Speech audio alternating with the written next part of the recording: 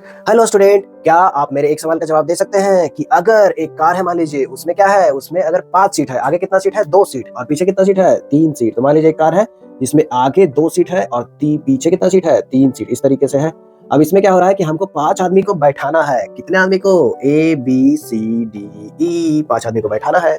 लेकिन कुछ कुछ कंडीशन लग गया हो। ऐसा ही नहीं है कि पांचों को कहीं भी बैठा सकते हैं। इसमें क्या कंडीशन लगा हुआ है कि मान लीजिए कि बी और डी के साथ है कि यही दोनों ड्राइविंग कर सकता है। ड्राइविंग कर सकता है। सारे लोग ड्राइविंग नहीं कर सकते हैं, ड्राइविंग कर सकता है। तो यही दोनों क्या कर सकता है? ड्राइविंग। अब क्या हो गया?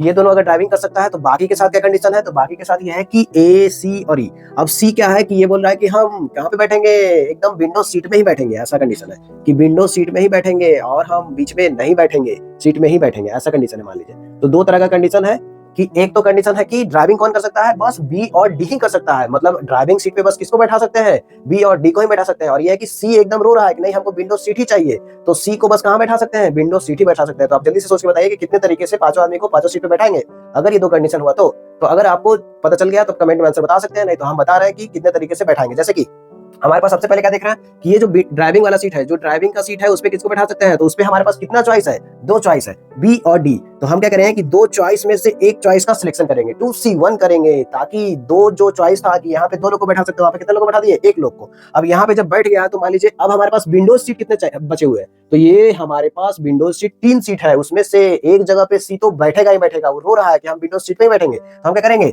3 जगह में से क्या करेंगे? 3 जगह में से एक जगह का सिलेक्शन करेंगे। तो जब 3 जगह में से एक जगह का सिलेक्शन हो गया तो सी को बैठा दिए, किसी भी विंडो सीट में बैठा दीजिए। मान लीजिए कि यहाँ पे सी बैठ गया। अब क्या है कि बाकी जो 3 लोग बच गए वो उनका कोई कंडीशन नहीं है, वो कहीं भी बैठ सकते हैं। तो सीधे क्या कर देंगे? तीनों को अरेंज कर देंगे। कैसे डिफरेंट ऑब्जेक्ट को अरेंज करते हैं? 3 का फैक्टोरियल से। तो इस तरीके से आंसर आ चुका है। यहाँ से आ रहा है 2 और यहाँ से आ रहा है 3 और यहाँ से 3 का फैक्टोरियल आ रहा है 6। तो फाइनल आंसर कितना हो गया जी? 36 तरीके से हम लोग बैठा सकते हैं एक कार पे, जहाँ पे आगे 2 सीट है, पीछे 3 सीट है। और यह है कि ड्राइविंग बी और डी को आता है और सी रो रहा है कि हम विंडो सीट पे ही बैठेंगे। तो टोटल कितना तरीके से बैठा सकते हैं? क्वेश्चन का आंसर 36 आ चुका है। लेकिन हम एक और क्वेश्चन आपको देना चाहते हैं जिसमें आप दिमाग लगाइए, सोचिए कि कितना आंसर आएगा, और जो भी आंसर आए वो कमेंट में जरूर बताइए। जैसे कि इसमें एक और ट्विस्ट आ गया। मान लीजिए कि ये कंडीशन अगर लग गया कि बी जो है वो बी अगर बैठेगा तो आगे ही बैठेगा। अगर ये भी कंडीशन लग गया कि बी कहाँ बैठेगा? आगे ही बैठेगा, मतलब बी को हम पीछे नहीं बैठा सकते हैं, आगे ही बैठेगा। अगर ऐसा कंडीशन लग गया है तब इस क्वेश्चन का क्या आंसर होता? मतलब इस पर 3 कंडीशन लगा हुआ है कि बी और डी ड्राइविंग कर सकता है और बी आगे ही बैठेगा और सी विंडो सीट पे ही बैठेगा। तो तीनों कंडीशन लगाते हुए कितना आंसर आएगा